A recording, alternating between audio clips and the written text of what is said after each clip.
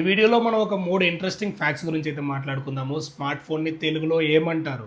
And smart ఫోన్‌ని కనిపెట్టింది ఎవరు? ఇప్పుడు మనం వాడే స్మార్ట్ ఫోన్ లెక్క వాడొచ్చు అని ఆ థాట్ వచ్చిన వ్యక్తి పేరేమిటి? అండ్ ఇప్పుడు మనం వాడుతున్న స్మార్ట్ ఫోన్ ఏ కంట్రీకి సంబంధించింది? ఈ విషయాలు నాకన్నా ముందు మీకు తెలిసుంటే కామెంట్ బాక్స్‌లో అయితే రాయండి. ఫస్ట్ వన్ వచ్చేసరికి స్మార్ట్ ఫోన్‌ని తెలుగులో ఏమంటారు? కామెంట్ రాశారా?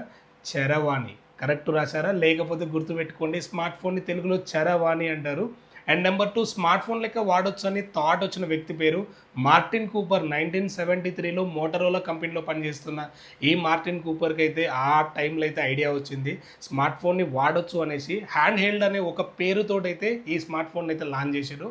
నెంబర్ 3, మనం వాడే స్మార్ట్ ఫోన్ యాపిల్ లవర్సా మీరు? కాలిఫోర్నియాకి సంబంధించింది. శాంసంగ్ లవర్సా? సౌత్ కొరియాకి సంబంధించింది. నథింగ్ లవర్సా? లండన్కి సంబంధించింది. మీరు నోకియా లవర్సా? ఫిన్లాండ్కి సంబంధించింది. మీరు Oppo, Vivo, Realme, OnePlus, iQOO, Tecno లవర్సా? చైనాకి సంబంధించింది. మీరు మైక్రోమాక్స్, సెల్కాన్ లవర్సా? ఇండియాకి సంబంధించింది. అండ్ ఇందులో ఇంకొక ఇన్ఫర్మేషన్ చెప్తాను చూడండి. Oppo, Vivo, Realme, OnePlus, iQOO separate companies కాదు, అన్నీ ఒకటే కంపెనీకి సంబంధించినవి.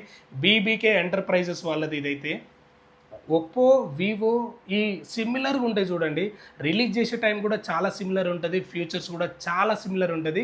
వీళ్ళ కంపెనీనే ప్రపంచవ్యాప్తంగా ఐఫోన్, శాంసంగ్ తర్వాత నడిచే కంపెనీ. అండ్ జియోమీ కూడా చైనాకి సంబంధించిన కంపెనీ. అండ్ 2024 సిడిసి ప్రకారం అయితే టాప్లో ఉన్న కంపెనీ ప్రపంచవ్యాప్తంగా ఐఫోను, దాని తర్వాత వచ్చేసరికి శాంసంగ్, దాని తర్వాత జియోమీ, దాని తర్వాత వివో. ఇండియాలో మాత్రం టాప్లో 24% షేర్ తోటి ఉన్నదైతే వివో కంపెనీనే. సో మీరు ఏ ఫోన్ వాడుతున్నారో కామెంట్ బాక్స్లో రాయండి. ఇలాంటి ఇన్ఫర్మేషన్ కోసం అయితే మా పేజ్ని అయితే ఫాలో చేయండి. అండ్ నోకియా అయితే ఇప్పటి నుంచి మనకి పేరు మారబోతుంది. హెచ్ఎండి హ్యూమన్ మొబైల్ డివైస్ ద్వారా అయితే మనకైతే మళ్ళీ ఇంట్రడ్యూస్ అవుతుంది మార్కెట్లో. నోకియా అనే పేరునైతే పక్కన పెట్టేసి హెచ్ఎండి పేరునైతే తీసుకొచ్చారు. సో మీకు ఆ పేరు నచ్చిందా నచ్చలేదా అది కూడా కామెంట్ బాక్స్లో రాయండి. ఇలాంటి ఇన్ఫర్మేషన్ రోజు మీ ముందరికి తీసుకురావడానికి ట్రై చేస్తాను. Thank you.